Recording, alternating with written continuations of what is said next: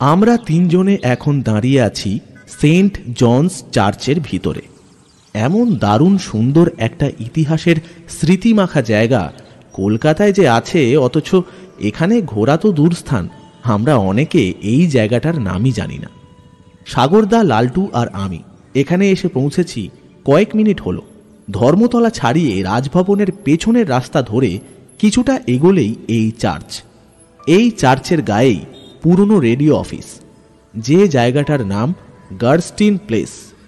শোনা কথা, কলকাতায় ভূতের অন্যতম পীঠস্থান বলে এটি চিহ্নিত। সাগরদা আমাদের বলেছে, এই চার্চ হলো আমাদের কলকাতার ইতিহাসের একটা খনি, বুঝলি? এই কলকাতা থেকেই ইংরেজদের জয়যাত্রা শুরু হয়েছিল এশিয়ায়। প্রথমে পলাশির যুদ্ধে জয়, তারপর একে একে সারা ভারত দখল। ইংরেজদের সবচেয়ে প্রিয় ঘাঁটি তখন আমাদের এই শহর কলকাতা। ব্রিটিশ ভারতের রাজধানী হিসেবে মাথা উঁচু করে দাঁড়িয়েছিল আমাদের এই কলকাতায়। সেই সময় এই কলকাতা থেকেই ব্রিটিশদের ব্যবসা চলেছে চীন, Malacca, Java, Japan, Malaysia, Sumatra, এমনকি অস্ট্রেলিয়ার সাথেও। ফলে কলকাতার ঐশ্বর্য আর আড়ম্বরের দিকে তখন সবার নজর। ইতিহাসের খনি বলছো কেন? জিজ্ঞেস করল লালটু। তার কারণ এখানেই শুয়ে আছেন সেই ইংরেজ যিনি প্রথম কলকাতা শহরকে ইংরেজদের একটা ঘাঁটি বানানোর পরিকল্পনা করেন। কে তিনি? Job Charnock. আমি বললাম, এখানে জব চার্নকের সমাধি আছে? চল এগিয়ে চল, দেখাচ্ছি। আমরা চার্চের মেন বিল্ডিংটা ফেলে বেশ কিছুটা এগিয়ে একটা ছোট সাদা রঙের 6 কোণা গম্বুজের মতো স্ট্রাকচারের সামনে হাজির হলাম। সেখানেই একটা ফলক দেখিয়ে সাগরদা বলল, এইটা জব চার্নকের। অনুমান করা হয় জব চার্নকের এই সমাধি নাকি কলকাতায় তৈরি প্রথম ইটের বাড়ি। লালটু বলল, আচ্ছা, জব চার্নকের কলকাতাকে ভালো লেগেছিল কেন সাগরদা? গঙ্গার ধারে সুন্দর শান্ত জায়গা বলে? দুর্বোকা, জব চার্নক কি কবি ছিলেন নাকি যে সুন্দর শান্ত জায়গায় নদীর ধারে বসে কবিতা লিখবেন? আসলে জব চার্নক তখন হুগলির মুঘল ফৌজদারের তাড়া খেয়ে পালাচ্ছিলেন বালেশ্বরের দিকে। সেখানে তখন ইংরেজদের একটা কুঠি ছিল। পথে পড়ল আমাদের কলকাতা। আসলে এই চত্বরটা নয়, এই ধর আরেকটু উত্তর কলকাতার দিকে, যেখানটা আগে পরিচিত ছিল সুতানুটি নামে। দেখবি শোভাবাজার মেট্রো স্টেশনের পুরো নাম শোভাবাজার সুতানুটি। সেই সময় কলকাতা ছিল চারিদিক দিয়ে জঙ্গলে ঘেরা। একদিক দিয়ে বয়ে গেছে হুগলি নদী, মানে যেটাকে আমরা এখন গঙ্গা বলে থাকি। শহরের একেবারে পূব দিক, অর্থাৎ যেদিকে আজকের সল্ট লেক, সেখানে ভর্তি জলা জায়গা আর জঙ্গল। জব চার্নক দেখলেন শহরের উত্তর বা পূর্ব দিক থেকে মুঘলদের পক্ষে আক্রমণ করা বেশ শক্ত। আছে একটা নদী, সেই দিক দিয়ে এলে ইংরেজরা অনেক তাড়াতাড়ি সমুদ্রের দিকে সরে পড়তে পারবে, মানে বঙ্গোপসাগরের দিকে। আর ইংরেজরা বরাবরই নৌযুদ্ধে পটু। এখানে ব্যবসাও শুরু হলো একটু একটু করে। তার কারণ সুতনুটিতে তখন ছিল শেঠ আর বসাকেরা। সেখানকার হাটের থেকে কাপড় কেনা বেচার ব্যবসাটা ভালোই জমে উঠতে লাগলো আস্তে আস্তে। আর এইভাবেই এই শহরে ইংরেজরা প্রথম পা রাখল। আমি সাগরদার বক্তৃতা শুনতে শুনতে আশেপাশের আরও কয়েকটা সমাধি দেখছিলাম। একটা সমাধির নাম দেখে চমকে উঠে সাগরদাকে ডেকে বললাম, সাগরদা, সাগরদা, এই দেখো সাগরদা, ভাইস অ্যাডমিরাল ওয়াটসন। এনার কথাই তো সেদিন বলছিলেন না হীরাপদবাবু? Good good observation. হ্যাঁ, ইনি সেই অ্যাডমিরাল। ক্লাইভের সাথে এসে কলকাতা পুনর্দখল করেন। পলাশির যুদ্ধের পরে নবাবী রাজকোষ লুট করার পরে নিজের ভাগটাও বুঝে নেন। অথচ কি কপাল দেখ, এনাকে আর দেশে ফিরে যেতে হয়নি। পলাশির যুদ্ধের কিছুদিন পরেই ইনি এই শহরেই গত হলেন। আমি মার্বেল ফলকের ওপরে অ্যাডমিরাল ওয়াটসনের মৃত্যুর তারিখটা দেখলাম। সেখানে লেখা আছে 17ই অগস্ট 1757। এই ব্রিটিশ অ্যাডমিরাল ওনার 44 বছর বয়সে এখানে দেহ রাখেন। সাগরদা এবারে আমাদের আর একটা ছোট স্মৃতিস্তম্ভ দেখালো, যেটা লর্ড কার্জন তৈরি করিয়েছিলেন অন্ধকূপ হত্যায় নিহতদের স্মৃতির উদ্দেশ্যে। সেখানে লেখা আছে অন্ধকূপ হত্যার ঘটনায় নাকি 123 জন মারা গিয়েছিল। সেটা দেখে সাগরদা মন্তব্য করল, দেখি 123 সংখ্যাটা কিন্তু স্রেফ গাঁজা। হ্যাঁ, কিছু লোক হয়তো মরেছিল, কিন্তু হলওয়েল কল্পনায় সেই সংখ্যাটাকে অনেক গুণ বাড়িয়ে বলেছিলেন। আমরা এরপরে চার্চের মূল ভবনে ঢুকলাম। সেখানে মার্বেল ফলকে লেখা আছে দুটো তথ্য। এই চার্চের ভিত্তিপ্রস্তর স্থাপন করেন ওয়ারেন হেস্টিংস 1784 সালে, আর শোভাবাজার রাজবাড়ির প্রতিষ্ঠাতা রাজা নবকৃষ্ণদেব বাহাদুর এই জমি ইস্ট ইন্ডিয়া কোম্পানিকে দান করেছিলেন। চার্চের ভেতরটা বেশ সুন্দর। পাশের একটা ঘরে ওয়ারেন হেস্টিংসের ব্যবহার করা টেবিল চেয়ার, এমনকি বেসিনও রাখা আছে। এই চার্চ চত্বরে এসে অবধি আমার মনটা একটা অন্য অনুভূতিতে ভরে গেছে।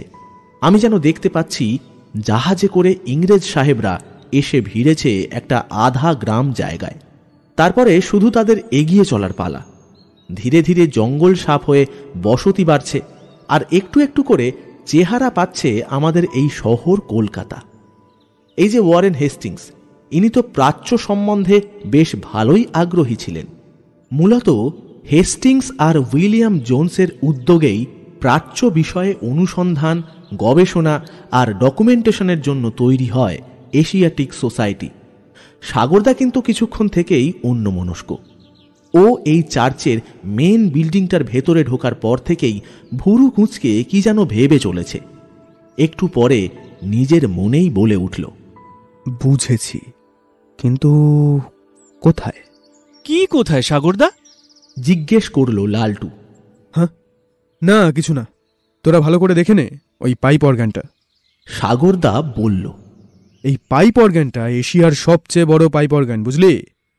ইংরেজরা মাদ্রাজের ফোর্ট সেন্ট ডেভিড থেকে এটা আনিয়েছিল। এটা কিন্তু আজও বাজানো হয়। আমি একবার রবিবার এসে এর বাজনা শুনেছিলাম। কি গম্ভীর অথচ মিষ্টি আওয়াজ, জাস্ট ভাবতে পারবি না। একবার শুনে গেলে হয় না সাগরদা? লালটু একটু অনুনয়ের সুরে বলল, তারার সময় হবে না, অন্য একদিন না হয়ে খোঁজ খবর নিয়ে আসবো। এখন চল, হীরাপদবাবুর আসার সময় হয়েছে। এনার একটু ব্রিটিশ আমলের বনেদি মেজাজের লোক তো, তাই আবার ইনি জার্মানি ফেরত। পাংচুয়ালিটি বিষয়টায় এনারা বেশ গুরুত্ব দেন। দেরি করা কিন্তু একদম ঠিক হবে না। চল। পার্ক স্ট্রিটের একটু আগেই যে আউটরাম রোড আছে, সেখানেই আমাদের সাথে দেখা হলো হীরাপদবাবুর। সেদিনের থেকে যেন একটু চিন্তান্বিত দেখাচ্ছিল ওনাকে।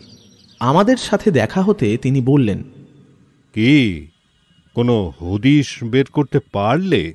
সাগরদা আমাদের যা চিন্তাভাবনা আছে ওই ছড়ার ব্যাপারে সেটা বলল। হীরাপদবাবু এবারে বললেন, তোমাদের আগের দিন বলিনি, কারণ সেদিন তোমরা ছিলে আমার অপরিচিত। পরে তোমাদের সম্বন্ধে আমি কিছু ইনফরমেশন জোগাড় করেছি। তোমরা যে এর আগেও একটা পুরনো দিনের গুপ্তধন আবিষ্কার করেছ, তার খবর আমি পেয়েছি। সাগরদা এবারে একটু অবাক হয়ে হেসে বলল, হ্যাঁ, তাহলে সেদিন আমাদের ভরসা করেননি, অথচ আজ করছেন, তাই তো? এক্স্যাক্টলি। তাই আজ বাকিটা বলছি।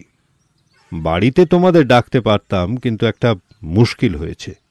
সেদিন তোমরা যাবার আগেই একজন আমার বাড়িতে এসেছিল। ও সাগরকে চিনতে পেরেছে। হ্যাঁ হ্যাঁ, ওই ভদ্রলোক তো রামতা স্পাইসেসের স্টাফ।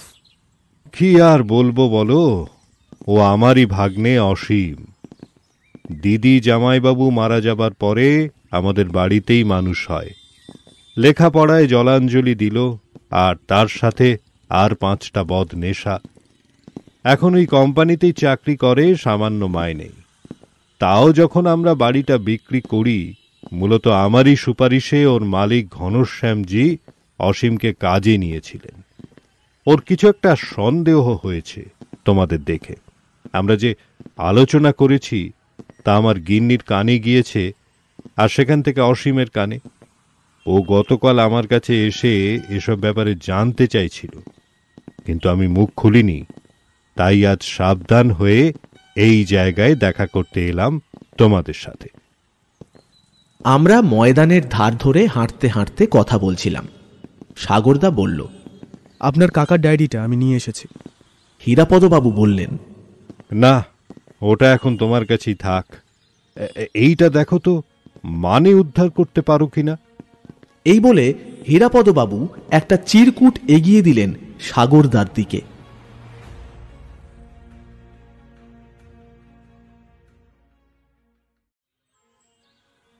উঁকি মেরে দেখি চিরকুটটায় একটা ছড়া লেখা আছে, জোড়ায় জোড়ায় ফল ফুল আছে যেখানে, চলে যাবে সেই ঠিকানায় প্রথমে সন্ধানে, অর্জুনের সারথি দেখাবে দিক, চলে যাবে সেই হদিশে যেথায় গাং আছে ঠিক, মিষ্টি আওয়াজ পেরিয়ে গেলে পাবেই তাকে খুঁজে, যেথায় বেঈমানির কঠিন কথা লুকিয়ে রাখা আছে, সঙ্গে আছে ইনাম যত চোখ ধাঁধিয়ে দেওয়া, তবে এর সাথেতেই জুড়ে আছে অভিশাপের ছোঁয়া।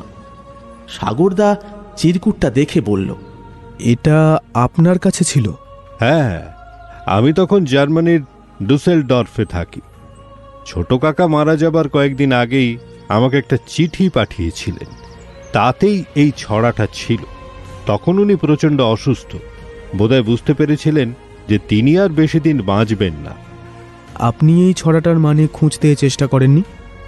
আসলে আমি ছোট কাকার কাছে জানতে চেয়েছিলাম জিনিসটার সন্ধান, কিন্তু উনি কিছুই বললেন না। শুধু বললেন, তোকে জানিয়ে যাব। পরে যে এরকম ধাঁধা রেখে যাবেন কে জানত। আমি দেশে ফিরে আসি অনেক পরে, 90-এর দশকের গোড়ায়।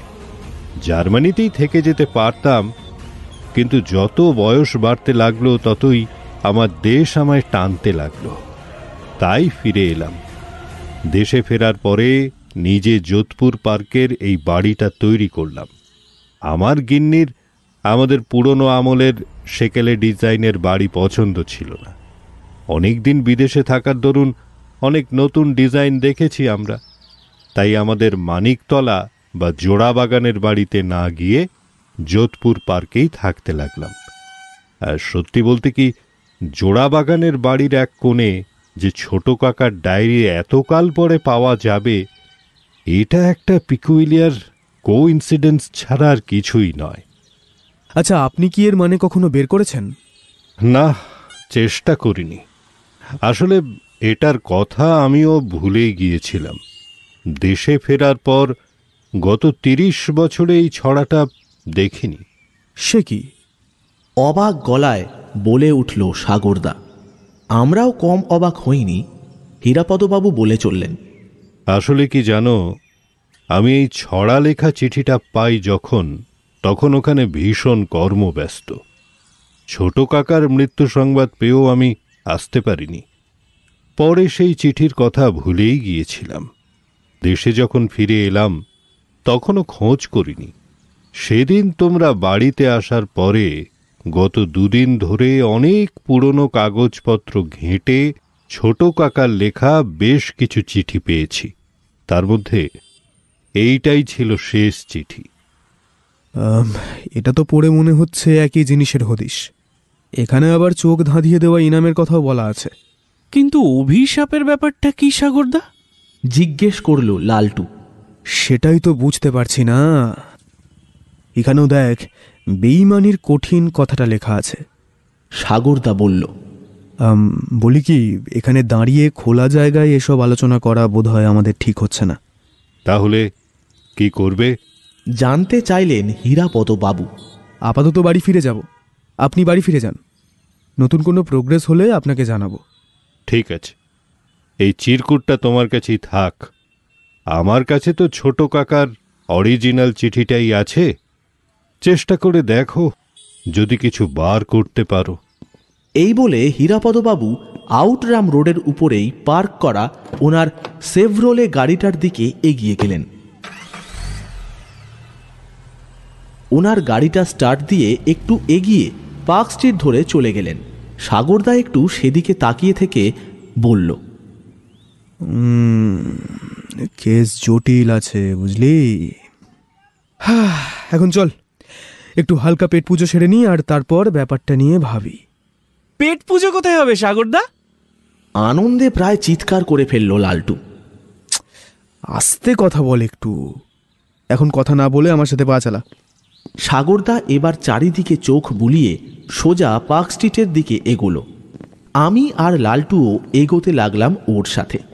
জানি না সাগরদা কোথায় নিয়ে যাচ্ছে, তবে সাগরদা খুব আজে বাজে জায়গায় নিয়ে যাবে বলে আমার মনে হয় না। আমি একবার এশিয়াটিক সোসাইটির বাড়িটার দিকে দেখিয়ে বললাম, ওই দেখ লালটু, একটু আগেই যে ওয়ারেন হেস্টিংসের ঘর আমরা দেখলাম, সেই হেস্টিংস আর উইলিয়াম জোনসের চেষ্টাতেই এই এশিয়াটিক সোসাইটি তৈরি হয়েছিল। লালটু হাত নেড়ে বলল, ও সব আলোচনা এখন থাক, কি খাওয়া হবে সেটাই ভাবা যাক না। সাগরদা বলল, আরে খাওয়া তো হবেই, তার আগে কলকাতার যে রাস্তাগুলো দিয়ে আমরা হরদম যাতায়াত করি সেগুলো সম্বন্ধে একটু জানতে দোষ কি? হ্যাঁ, এই যে এত সাজানো গোছানো রেস্টুরেন্ট, আলোয় মোড়া পার্ক স্ট্রিট, এর পুরনো নাম কি ছিল জানিস? কি জিজ্ঞেস করলাম আমি। Burial ground road. সে আমলে ইংরেজরা এদেশে আসতো আর পটাপট মারা পড়তো কলকাতার আবহাওয়ার গুণে। অনেক সময় তো এমনও হয়েছে যে বিকেলবেলায় জাহাজে করে কোনো তরুণ ইংরেজ এসে নামলো এই শহরে, আর পরের দিন সকালেই অক্কা পেল। বলো কি সাগরদা, ডেঞ্জারাস জায়গা ছিল তো, বলল লালটু। আসলে কি জানিস, ওরা তো শীতের দেশের আবহাওয়ার লোক। একে তো তখন কলকাতা জল জঙ্গলে ভরা ইঁদো জায়গা, তাই আবার মশার ডিপো। বিশেষ করে বর্ষাকালে অসুখ করতো ভীষণ। তখন এই পার্ক স্ট্রিটের দিকটাকে শহর ধরাই হতো না, সাহেবি পাড়া ডালহাউসিতেই শেষ। তাই এত মৃত্যুর দৃশ্য যাতে অন্যান্য সাহেবদের মনে চাপ না ফেলে, তাই শহরের দক্ষিণ প্রান্তে এই রাস্তার ওপরই তৈরি হলো কবরখানা, আর তাই এই রাস্তার নাম দেওয়া হলো বেরিয়াল গ্রাউন্ড রোড। বোঝো ঠেলা, কবরে যাবার রাস্তাই পরে কলকাতার আমোদ আহ্লাদের ভর কেন্দ্র হয়ে গেছে। এটা বেশ মজার ব্যাপার। লালটু মন্তব্য করল, এই রাস্তাতেই পরে অনেক সাহেব শুভ তাদের বিরাট বিরাট বাগান বাড়ি তৈরি করেছেন। তখন এদিকটা ছিল বেশ নিরিবিলি। সুপ্রিম কোর্টের প্রথম প্রধান বিচারপতি স্যার এলাইজা ইম্পের বাগান বাড়ি ছিল এই রাস্তার ওপরেই। সেই বাড়ির আরেকটা প্রান্ত বোধহয় এখনকার থিয়েটার রোডের কাছে। এই বাগান বাড়িতে প্রচুর হরিণ ছাড়া ছিল। সেই হরিণের পার্ক দেখতেই অনেকে বিকেলের দিকে ভিড় জমাতে শুরু করে এই রাস্তায়। আবার অনেকেই অনুমান করেন যে স্যার এলাইজা ইম্পের বাগান বাড়ির সেই ডিয়ার পার্ক থেকেই এই রাস্তার নাম পরে হয়ে যায় পার্ক স্ট্রিট। কথা বলতে বলতে আমরা এগিয়ে চলেছি পার্ক স্ট্রিট ধরে, আর একের পর এক রেস্টুরেন্ট চলে যাচ্ছে পাশ দিয়ে। লালটু একবার করুণ মুখ করে আমার দিকে তাকিয়ে ইশারা করল। আসলে বলতে চাইছে, কি ব্যাপার রে, ট্রিঙ্কাস, ম্যাগনোলিয়া, ম্যাকডোনাল্ড তো ছাড়িয়ে চলে এলাম প্রায়, তাহলে আমরা যাচ্ছি কোথায়? ঠিক এই মুহূর্তেই সাগরদা ফ্লুরিসের সামনে পৌঁছেই কাঁচের দরজাটা দিয়ে ঢুকে পড়ল ভেতরে, আর ওর পেছন পেছন আমরা দুই মূর্তি।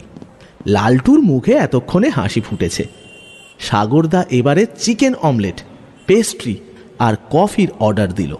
তারপরে আমাদের বলল, গিঁট কিছুটা খুলেছে বুঝলি, আস্তে আস্তে বলছি, শোন।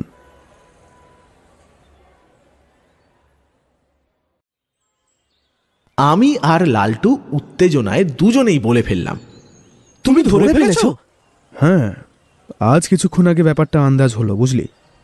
ওই যে ইনামের কথা লেখা আছে না দ্বিতীয় ছড়াটায়, সঙ্গে আছে ইনাম যত চোখ ধাঁধিয়ে দেওয়া, এখানে কার ইনাম বলতে পারবি? আমি একটু মাথা চুলকে বললাম, আগেকার দিনের রাজা বাদশারা কেউ কোনো ভালো কাজ করলে তাকে ইনাম বা পুরস্কার দিত, যেমন টাকা পয়সা, জায়গির, এই সব। এক্স্যাক্টলি, এই যে অ্যান্টিক জিনিস টিনিস বলছে, আমার মনে হয় নিশ্চয়ই কোনো লোকের পাওয়া ইনামের কথাই এখানে বলা হচ্ছে। আবার মনে কর, কালের নিয়ম জানতে পারল ক্লাইভ মহাশয়, সঙ্গে দোসর আছে তাহার মুন্সি মহাশয়। তার মানে ক্লাইভ এবং তার মুন্সি একটা জিনিস জানতে পারল। এবারে প্রশ্ন, সেটা কি? এইবারে দেখ, বেঈমানির কঠিন কথা বোঝাই যে দায়। তারপরে কি আছে? এলো সে যে পায়ে পায়ে ঘাপটি মেরে কাছে, চলার হদিশ বাতলে দিল অনেক ঝুঁকি সয়ে।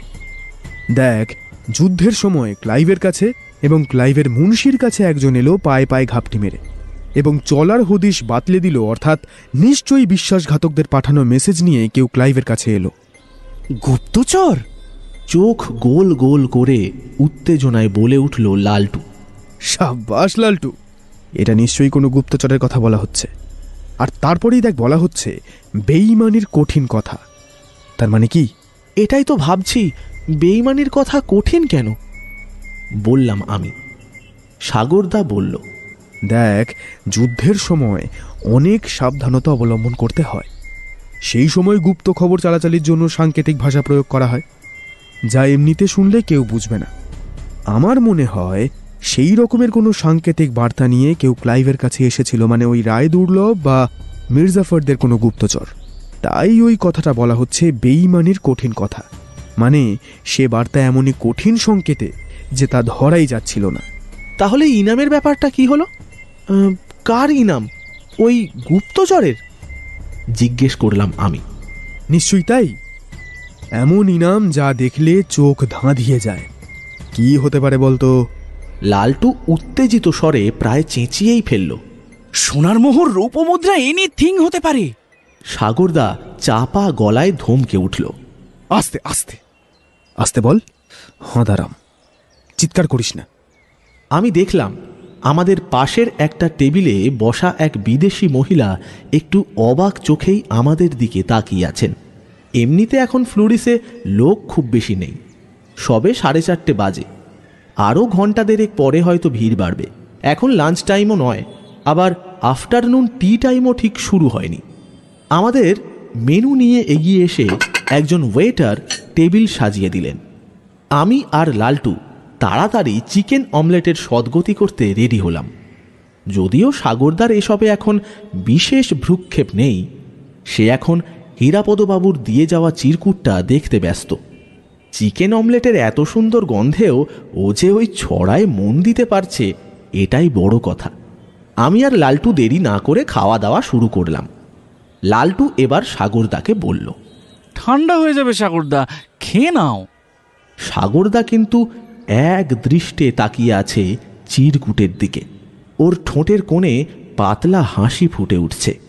আস্তে আস্তে বলল, হীরাপদবাবু মাথা ঘামাননি, না হলে উনিও পারতেন। কি পারতেন সাগরদা? এই ছড়াটার সমাধান। তুমি করে ফেলেছো? হ্যাঁ, শুরুটা ধরেছি। আচ্ছা বলতো, ফল ফুল কোথায় থাকে? ফলের বা ফুলের গাছে, বললাম আমি। সে তো বাচ্চারাও জানে। এবারে বল, অনেক ফুলের গাছ আর ফলের গাছ যেখানে থাকে তাকে কি বলে? বাগান, বলল লালটু। ঠিক তাই। আর যদি জোড়ায় জোড়ায় হয় সবকিছু, তাহলে জোড়া বাগান। উত্তেজনায় লালটুর মতোই একটু চেঁচিয়ে ফেললাম আমি। সাগরদা খেতে খেতে বলল, না, এখানে আর নয়। তোদের দুজনের কোনো সংযম নেই দেখছি, তাড়াতাড়ি খেয়ে নিয়ে ফিরতে হবে। এই বলে সাগরদা খাওয়ায় মনোনিবেশ করল। তাহলে ওই গুপ্তধন জোড়া বাগানেই হীরাপদবাবুর পৈতৃক বাড়িটাতেই আছে, তাই না সাগরদা? জিজ্ঞেস করলাম আমি। সাগরদা এবারে স্পিকটি নট, শুধু ইশারায় জানিয়ে দিল এখন ওই নিয়ে আর কোনো কথা নয়। কিছুক্ষণ পরেই আমরা ফ্লোরিস থেকে বেরিয়ে এসে সাগরদার বুক করা উবারে চড়ে বসলাম।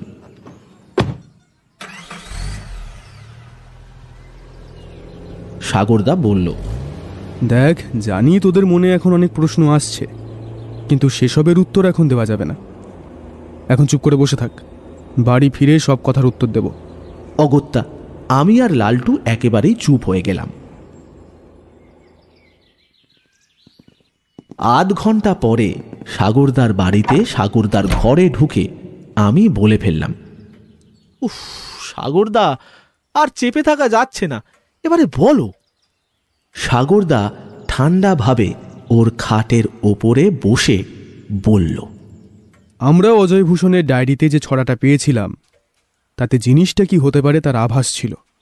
আর হীরাপদবাবু জার্মানিতে বসে যে চিঠি পান তাতে নির্দেশ ছিল কোথায় গেলে সেই জিনিস পাওয়া যাবে। আমাদের ছড়ার সমাধান আমরা করেই ফেলেছি। নিশ্চয়ই কোনো গুপ্তচর ছিল সিরাজের বিশ্বাসঘাতকদের তরফে, যে ক্লাইভের শিবিরে যুদ্ধের সময় জরুরি সাংকেতিক বার্তা পৌঁছে দিয়েছিল। আর সেই বার্তা নিশ্চয়ই পলাশের যুদ্ধের ব্যাপারে খুবই জরুরি। আর সেই গুপ্তচর নিজের কাজ ঠিকভাবে করতে পারায় একটা বিরাট ইনাম পায়, যেটা লালটুর ভাষায় সোনার মোহর জাতীয় কিছু হতেও পারে। এবারে প্রশ্ন, সেটা রাখা আছে কোথায়? কোথায় আবার? ওই জোড়া বাগানের বাড়িতে, বলল লালটু। তোরা তো ওই জোড়া বাগানের বাড়িটা দেখিসনি, একটা ছোটখাটো প্রাসাদ। তাই বাড়িটা এখন ব্যবসায়ীদের গোডাউনে ভর্তি। এর মধ্যে সঠিক জায়গাটা খুঁজে নিয়ে ঠিক সেইখানেই আমাদের হিট করতে হবে। কিন্তু তুমি সেখানেই বা ঢুকবে কি করে? এখন তো আর ওই জায়গা হীরাপদবাবুদের সম্পত্তি নয়, ওরাই বা ঢুকতে দেবে কেন? বললাম আমি। সাগরদা একটু মিচকে হেসে বলল, সেটা আমার ওপর ছেড়ে দে, ওটা আমি ম্যানেজ করে নেব। কিন্তু কিন্তু দুটো ব্যাপারে আমার সমস্যা আছে। কি সেটা? বলল লালটু। প্রথমত, আমরা দ্বিতীয় ছড়াটার পুরো মানে বার করতে পারিনি এখনো। আর দ্বিতীয়ত, আমাদের পেছনে ফেউ লেগেছে। সে কি? কে? খুব সম্ভব হীরাপদবাবুর সেই অকাল কুষ্মাণ্ড ভাগ্নে অসীম চক্রবর্তী, যে ওই রামতা স্পাইসেসের একজন কর্মচারী। লোকটা যেদিন আমরা রেইডে গিয়েছিলাম সেদিনও ছিল ওখানে। তখন তো আমি জানি না যে ও গাঙ্গুলি বাড়ির ভাগ্নে। আমাকে যখন ওদের ম্যানেজার অজয় ভূষণ ডায়েরিটা দিয়ে দিল, তখন এই অসীম চক্রবর্তী কেমন একটা অদ্ভুত মুখ করে আমার দিকে দেখছিল। আসলে ও মনে হয় ওর মামা বাড়ির এই ব্যাপারটা ভাষা ভাষা জানত, কিন্তু কোনো রকম সন্ধান এতদিন পাইনি। আমি ডায়েরি নেবার পরেই ওর সন্দেহ হয়, তাই ও হীরাপদবাবুর কাছে গিয়েছিল এই ব্যাপারে জানার জন্য। হীরাপদবাবু আমাদের প্রথম দিনে, মানে যেদিন আমি আর রনি গেলাম ওনার বাড়িতে, সেদিন সব কথা খুলে বলেননি। আজ হীরাপদবাবু যখন আমাদের সাথে দেখা করতে এসেছিলেন, তখনও একটা অল্টো গাড়ি ওনার গাড়ির প্রায় 50 হাত পেছনে আউটরাম রোডের ওপরেই ছিল। হীরাপদবাবু বেরিয়ে যেতেই গাড়িটাও ওনার পিছু নিল, আর গাড়ির ব্যাক সিটে বসেছিল অসীম চক্রবর্তী। সর্বনাশ! তাহলে? উত্তেজিত গলায় বলল লালটু। শুধু তাই নয়, ফ্লোরিসে আমি বসেছিলাম রাস্তার দিকে মুখ করে। একটা লোক আমাদের পেছন পেছন পুরো রাস্তাটা ফলো করে এসে ফ্লোরিসের বাইরে দাঁড়িয়ে আমাদের ওপরে লক্ষ্য রেখেছিল। লোকটার পোশাক আশাক সেরকম নয়, ওর বাইক থাকলেও সেটা বোধহয় অন্য কোথাও পার্ক করেছিল। আমরা হঠাৎ গাড়ি বুক করে বাইরে এসে উবেরে উঠে পড়তেই ও হানটান করছিল, কিন্তু আমাদের ধরার আগেই আমরা বেরিয়ে গেলাম। আমাদের আর ফলো করতে পারেনি। তার মানে লোকটা খুব একটা পাকা নয়। তা হয়তো নয়, কিন্তু ওই অসীম চক্রবর্তী লোকটি কিন্তু সুবিধেরও নয়। তোর আজ বাড়ি যা, আর এই নিয়ে নিজেদের মধ্যেও রাস্তায় বেরিয়ে কোনো আলোচনা করিস না, কেমন? আমি দ্বিতীয় ছড়াটা নিয়ে আজকে একটু ভেবে দেখি, সমাধান হলেই তোদের জানাবো।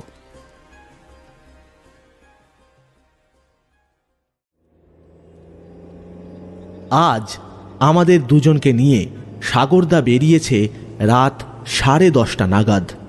সাগরদার নতুন কেনা সিএস গাড়িটা বেশ আরামপ্রদ। আজ আমরা প্রথমে যাব যোধপুর পার্কে, হীরাপদ বাবুর কাছে। তারপরে ওনাকে সঙ্গে নিয়ে যাব জোড়া বাগানে।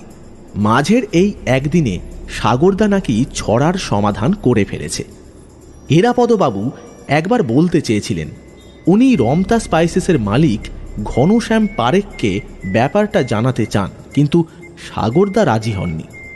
সাগরদার বক্তব্য যে ওই জিনিস আপনার কাকা অজয় ভূষণ গাঙ্গুলি আপনাকেই দিয়ে যেতে চেয়েছিলেন, কিন্তু আপনার গড়িমসিতে এই সন্ধান এতকাল চাপা পড়েছিল। যে জিনিসই বেরোক না কেন তাতে আপনারই অধিকার আছে। আমরা যোধপুর পার্কে হীরাপদবাবুর বাড়ির সামনে পৌঁছে যেতে সাগরদা গাড়িতে বসেই একটা ফোন করল। একটু পরেই বাড়ির দরজা খুলে বেরিয়ে এলেন হীরাপদবাবু। গাড়িতে এসে উঠে বসলেন। এই দেখো সাগর, আমার মনটা যেন কেমন কেমন করছে।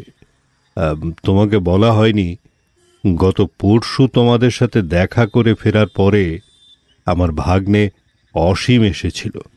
তারপর তিনি কি বললেন? অসীমের এই রূপ যে দেখব তা আমি স্বপ্নেও ভাবিনি।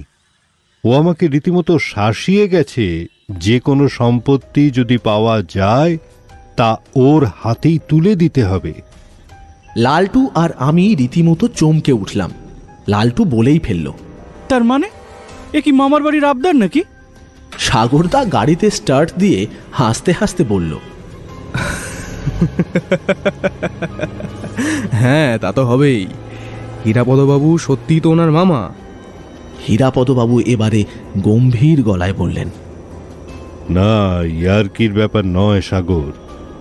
জোড়া বাগানের বাড়িতে আসলে কি বেরোবে তা আমি জানি না, কিন্তু যাই পাওয়া যাক তাতে আমার বিন্দুমাত্র লোভ নেই, সেটা তো তুমি বুঝতেই পারছো। সারা জীবনে অনেক রোজগার করেছি, আমার 2 ছেলেও আর কোনোদিনই দেশে ফিরবে না জানি। এই বুড়ো বয়সে একটু শান্তিতে কাটাতে চাই। কার এইসব উটকো ঝামেলা ভালো লাগে বলো? যাই পাওয়া যাক তা বাড়িতে নিয়ে যাবার পরে অসীম নিশ্চয়ই আসবে। আমার এই বুড়ো বয়সে টেনশন নিতে ভালো লাগছে না। উটকো ঝামেলার জন্য ছোটখাটো বন্দোবস্ত আমি করে ফেলব, সে নিয়ে চিন্তা করবেন না। আচ্ছা, গত পরশু থেকে যে আপনাকে ফলো করা হচ্ছে সেটা আপনি জানেন? তার মানে কে ফলো করবে? হ্যাঁ, আপনার ভাগ্নে নিজস্ব অ্যারেঞ্জমেন্টে যেটুকু করে উঠতে পেরেছেন আর কি। তবে আমাদের পেছনে যে ছিল সে নেহাত আনাড়ি, তাই আমাদের ফলো করে আমার বাড়ি অবধি যেতে পারিনি। কি সর্বনাশ! তুমি এত হালকাভাবে সব নিচ্ছ কি করে সাগর? অসীম ছেলে হিসেবে সুবিধে নয়, ওর বয়স এখন মাত্র 40-এ, কিন্তু এখনো অনেক বদ সঙ্গ আছে ওর। না না না না না, চিন্তা করবেন না। এখন বলুন তো, আপনাদের জোড়াবাগানের বাড়ির ডিটেলস আপনার মনে আছে? ডিটেলস বলতে? মানে বাড়ির কোন জায়গায় কি ছিল আর কি। মোটামুটি মনে আছে, ছোটবেলায় জন্মে থেকে তো ওখানেই বড় হয়েছি। তাহলে বলুন তো, আপনাদের বাড়ির উত্তর পশ্চিমে এমন কোনো জায়গা আছে যেখানে মিষ্টি কোনো আওয়াজ বেরোতো? মিষ্টি আওয়াজ বলতে? হ্যাঁ, ধরুন আগেকার দিনের কোনো ঘড়ির আওয়াজ বা অন্য কোনো আওয়াজ যেটা শুনতে শ্রুতিমধুর। হীরাপদ বাবু বিড়বিড় করে বলতে লাগলেন, উত্তর পশ্চিমে সেদিকে তো ছড়াটা মনে কর, অর্জুনের সারথি দেখাবে দিক, চলে যাবে সেই হদিশে যেথায় গাং আছে ঠিক। এখানে অর্জুনের সারথি কে? আমি আর লালটু দুজনেই প্রায় একসাথে বলে ফেললাম, কৃষ্ণ। সাগরদা মাথা নেড়ে বলল, ভুল হলো। হীরাপদ বাবু বললেন, কেন? ওরা তো ঠিক উত্তরই দিয়েছে। কুরুক্ষেত্রের যুদ্ধে শ্রীকৃষ্ণই তো অর্জুনের সারথি ছিলেন। এবারে সাগরদা বলল, আপনাদের বাড়িতে সেদিন গিয়েছিলাম, কৃষ্ণের মন্দির বা বিগ্রহ কিছু কি আছে? না, সেরকম তো কিছু ছিল না। ঠাকুর ঘর ছিল একটা, কিন্তু সেখানে আলাদা করে কৃষ্ণের বড় মূর্তি কিছু ছিল বলে তো মনে পড়ছে না। আপনাদের ঠাকুর ঘর তো ছিল একতলায়, নিমতলাঘাট স্ট্রিট যে দিকটায়, সেদিকে। আরে, তুমি এত কিছু লক্ষ্য করেছো? লক্ষ্য করেছি কারণ আপনাদের বাড়িটা কিনে ঘনশ্যামজি গোডাউন বানিয়ে ফেললেও আপনাদের ঠাকুর ঘরটা বদলাননি। সেখানে আরও অনেক ঠাকুরের ছবি টবি রেখে একটা ছোট মন্দির মতো বানিয়ে ফেলেছেন। তবে সেই ঘরটা সাবেক বাড়ির ঠাকুর ঘরের মতো নয়, বেশ ঝাঁ চকচকে। তাহলে অর্জুনের সারথি কে সাগরদা?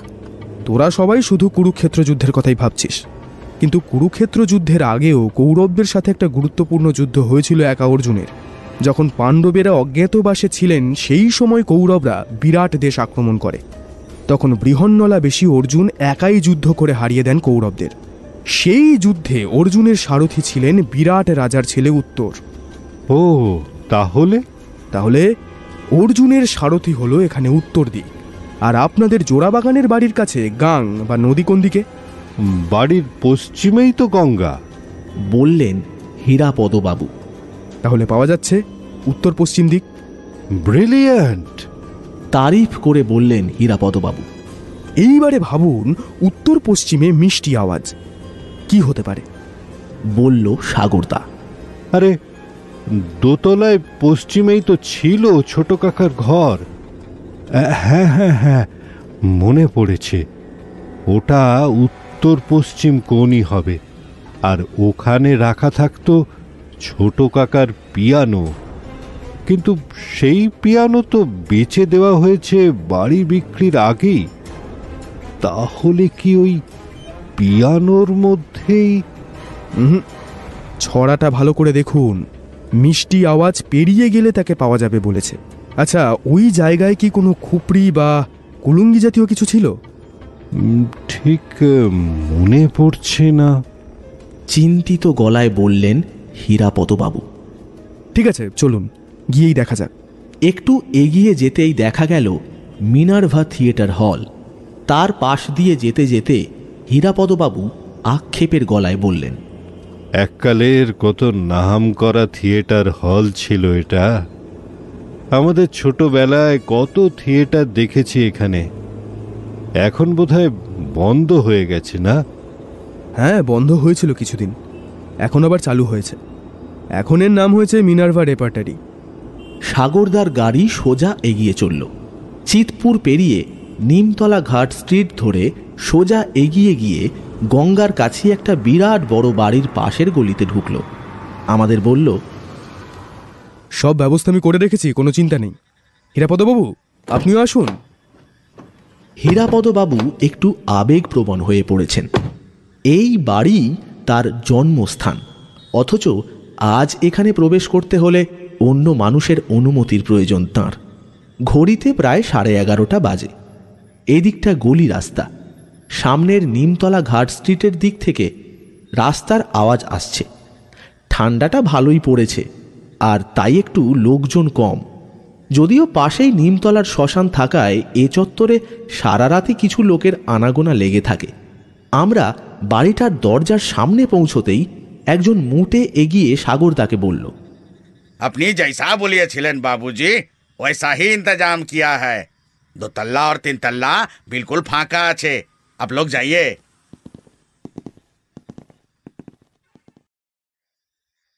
বুঝতে পারলাম সাগরদা এখানকার কাজের লোকেদের হাত করেছে।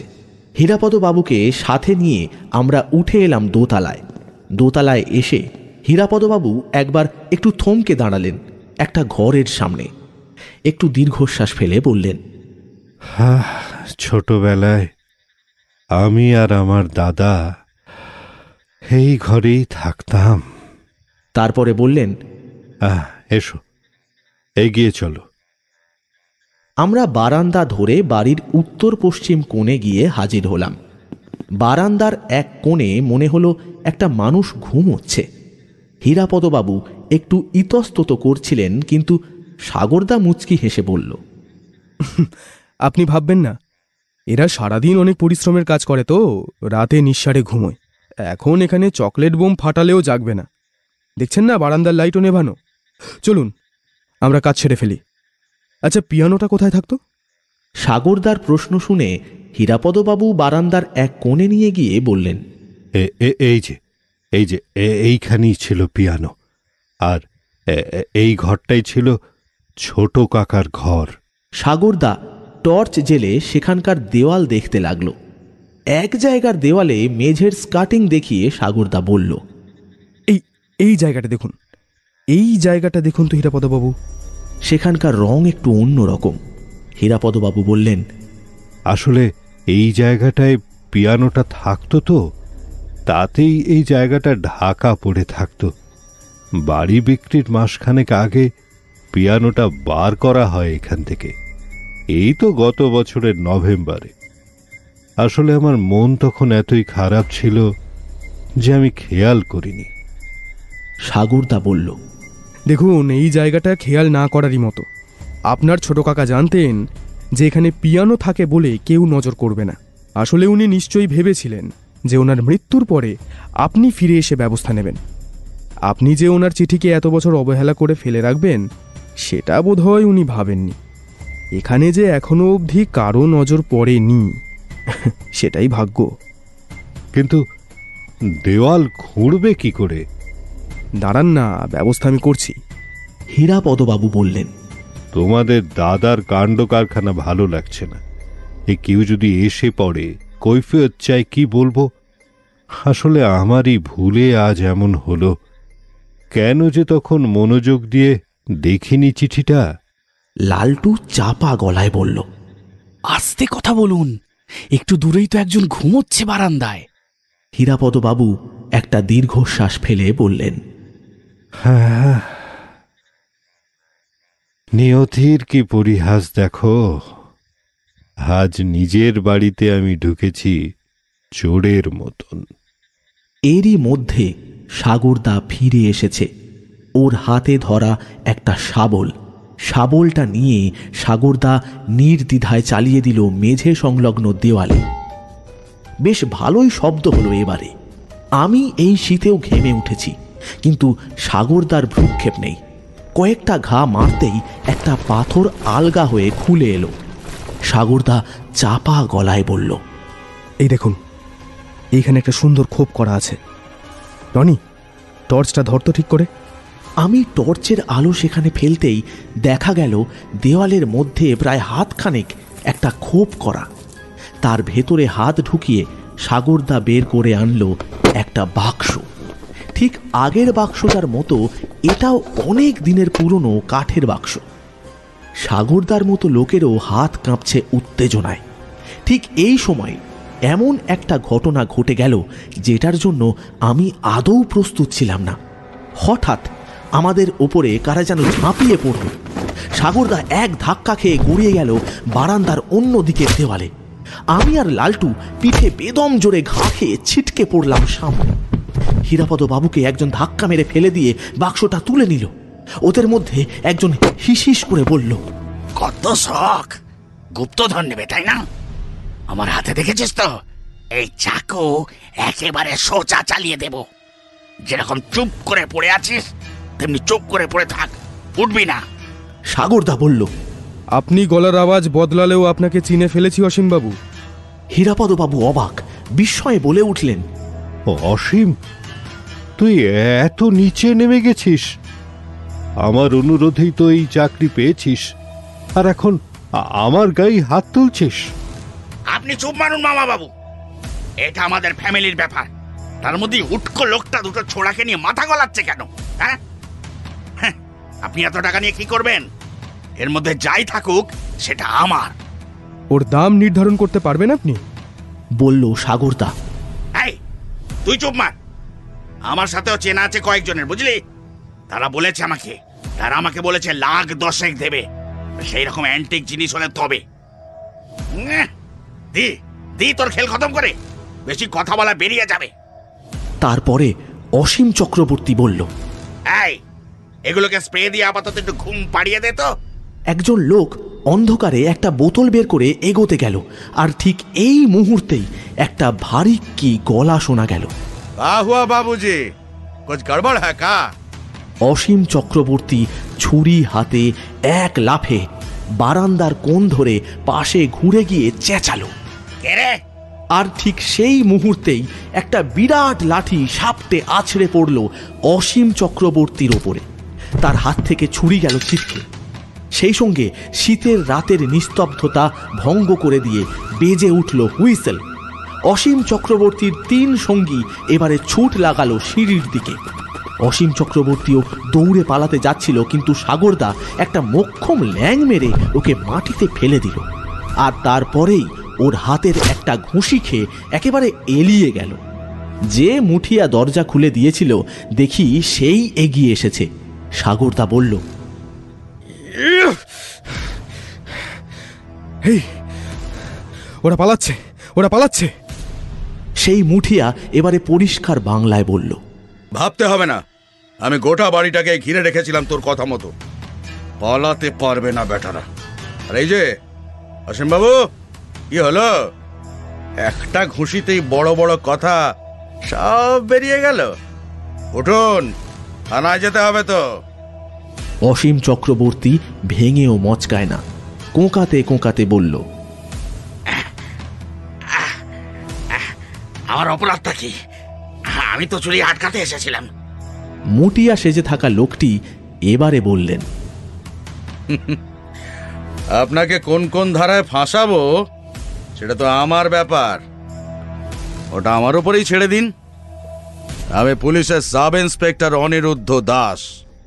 হীরাপদ বাবু লজ্জা পাওয়া গলায় বললেন, কিন্তু আমিও তো অপরাধী হয়ে গেলাম। আমাদের এভাবে আসাটাও তো ঠিক হয়নি। অনিরুদ্ধ বাবু এবারে হেসে ফেললেন, বললেন, আপনার কি ধারণা সাগর অত কাঁচা ছেলে? ও আগে ভাগেই পুলিশকে সব জানিয়ে রেখেছিল, আর ঘনশ্যামজিও সব জানেন, আর আমাদের সাথে কোঅপারেট করবে বলে জানিয়ে দিয়েছিলেন। এই ফাঁদটা শুধু পেতেছিলাম এই চিড়িয়াগুলোকে ধরবো বলে। এর মধ্যে একজন ইউনিফর্ম পরা পুলিশ অফিসার ওপরে উঠে এসে বললেন, গুড ক্যাচ। থ্যাংক ইউ সাগর, আমি অনেক দিন ধরেই এই ব্যাটাদেরকে খুঁজছিলাম। ওদের তিনজনকে ধরে নিচে নিয়ে গেল কয়েকজন পুলিশ। সাগরদাকে এবারে অনিরুদ্ধবাবু বললেন, কিন্তু সাগর, তুই যে বললি পুরনো দিনের গুপ্তধন, তা জিনিসটা যে কি সেটা এবার দেখা যাক। সাগরদা বলল, হ্যাঁ, সেই ভালো। আপনার ছোট কাকার ঘরেই বসা যাক, কি বলেন হীরাপদবাবু? এ ঘরটা এখন অফিস ঘর, বসার জায়গা আছে। দেখি কোন গুপ্তধন আবিষ্কার করলাম আমরা।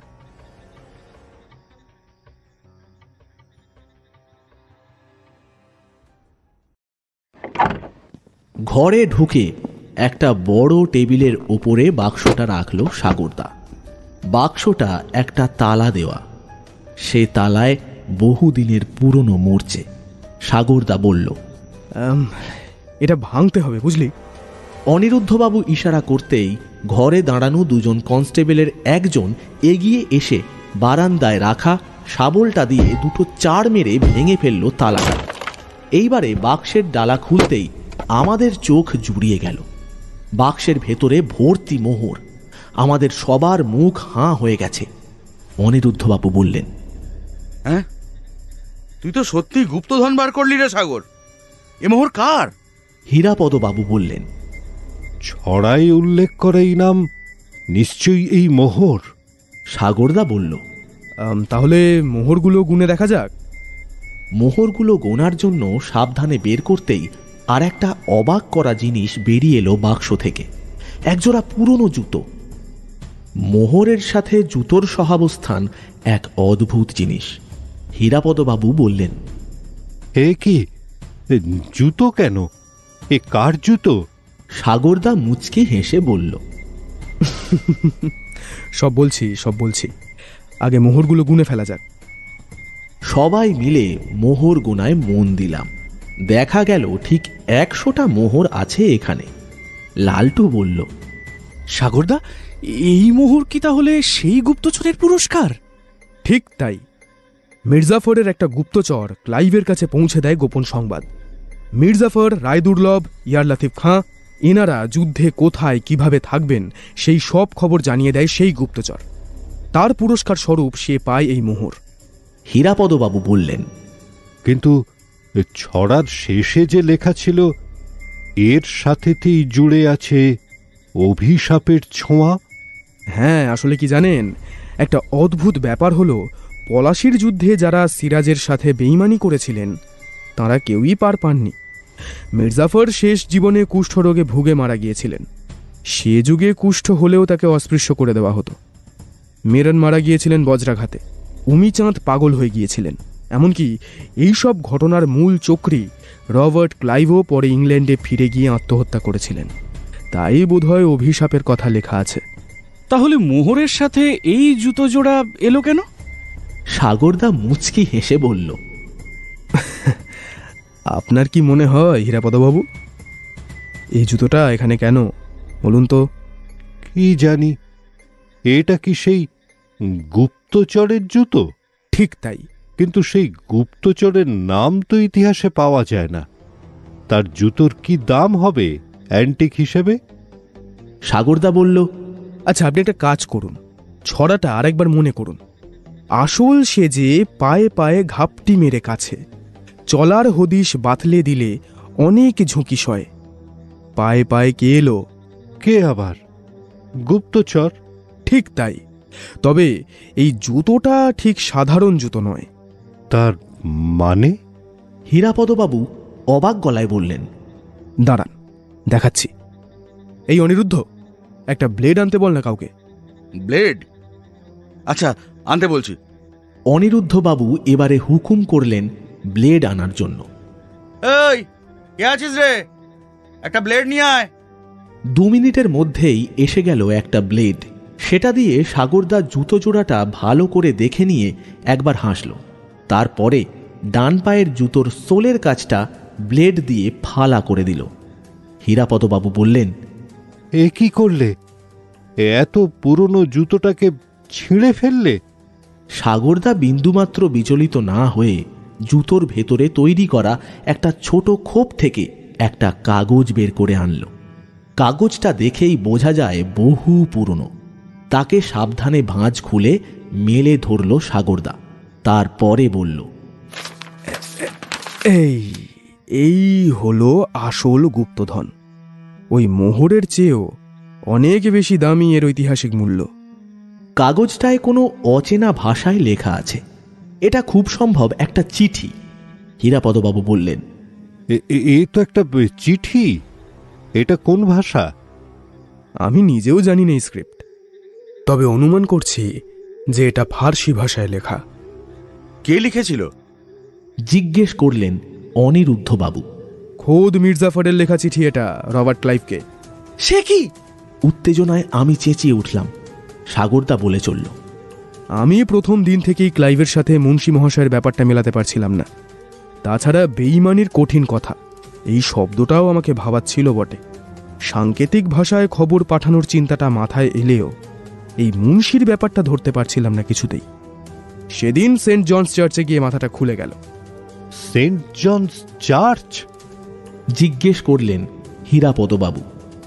হ্যাঁ, ওখানে গিয়েই তো দেখতে পেলাম ওই চার্চের জমি ওয়ারেন হেস্টিংসের সময়ে ইস্ট ইন্ডিয়া কোম্পানিকে দান করেছিলেন রাজা নবকৃষ্ণ। রাজা নবকৃষ্ণর নাম দেখেই কয়েকটা কথা আমার মনে পড়ে গেল।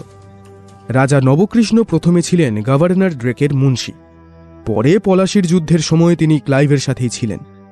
যুদ্ধ শুরু হবার ঠিক আগের মুহূর্তে, খুব সম্ভব তার আগের দিন, মির্জাফর যুদ্ধক্ষেত্রের নকশা এবং তাঁর নিজের বিশ্বাসঘাতকতার প্ল্যান জানাতে একটি চিঠি পাঠান ক্লাইভকে। চিঠিটি চোস্ত ফার্সিতে লেখা। ক্লাইভের লোকজন কেউই এর মানে বার করতে পারছিল না। রাজা নবকৃষ্ণ খুব ভালো ফার্সি ভাষা জানতেন। তিনি এই চিঠির মানে ক্লাইভকে বলে দেন, আর তার ফলে পলাশির যুদ্ধের দিনে ক্লাইভের কাজ আরও সহজ হয়ে যায়। এই তথ্যটার জন্যই আমি সমরেশদার কাছে ঋণী। উনি না বললে এই ধাঁধাটা ক্লিয়ার হচ্ছিল না। তবে আমার মনে হয় এই চিঠিটার একটা কপি। যুদ্ধের আগে যদি কোনোভাবে একজন গুপ্তচর ধরা পড়ে যায় বা পৌঁছতে না পারে, তাই একাধিক গুপ্তচর রাখার রেওয়াজ সে সময় ছিল। আচ্ছা, জুতোতেই যে চিঠিটা থাকবে বুঝলে কি করে? জিজ্ঞেস করলাম আমি। ওরে বোকা, ছড়াই কি ছিল? এলো সে যে পায়ে পায়ে অনেক ঝুঁকি সয়ে। একটা মানুষের পায়ে পায়ে তো জুতোই আসে, অন্য কিছু আসে কি? হীরাপদবাবু এবারে সাগরদার পিঠ চাবড়ে দিয়ে বললেন, ব্রিলিয়ান্ট সাগর, ব্রিলিয়ান্ট। আজ আমি ভীষণ খুশি। এই সম্পদ মিউজিয়ামে রাখা উচিত। অনিরুদ্ধবাবু বললেন, নিশ্চয়ই। আর আমি আমার হায়ার অথরিটিকে এক্ষুনি সব জানাচ্ছি। ওনারাই এবারে সব ব্যবস্থা নেবেন। সাগর, তোর বন্ধু হতে পেরে না সত্যি আজ আমার গর্ব হচ্ছে রে। সাগরদা আমাদের দিকে ফিরে একবার চোখ মারল। এরপরে দুদিন কেটে গেছে। সাগরদার বাড়িতে বসে আমি আর লালটু আড্ডা দিচ্ছিলাম আমাদের এই গুপ্তধন আবিষ্কার করা নিয়ে। জেঠিমা খাবারের প্লেট রেখে গেছেন আমাদের সামনে। ঠিক সেই সময়ে সাগরদার মোবাইলটা বেজে উঠল। সাগরদা ফোন ধরে কিছুক্ষণ কথা বলে শেষে বলল, হ্যাঁ হ্যাঁ, সত্যিই খুব ভালো খবর।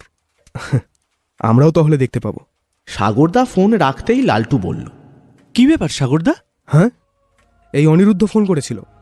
ও বলল যে চিঠিটা আমি যা আন্দাজ করেছিলাম সত্যিই তাই। ওটা মির্জাফরেরই লেখা। ফার্সি ভাষার প্রফেসর অন্তত তাই বলছেন। চিঠিটা ভিক্টোরিয়া মেমোরিয়ালে রাখার ব্যবস্থা করা হচ্ছে যাতে সবাই দেখতে পায়।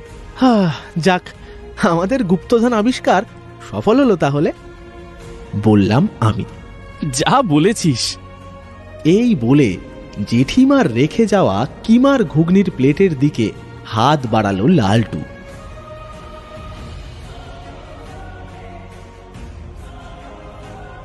এই গল্পের বিভিন্ন চরিত্রে অভিনয় করেছেন সঞ্জয়, কৃত্তিক, শুভজিৎ, অমিত এবং জ্যোতির্ময়।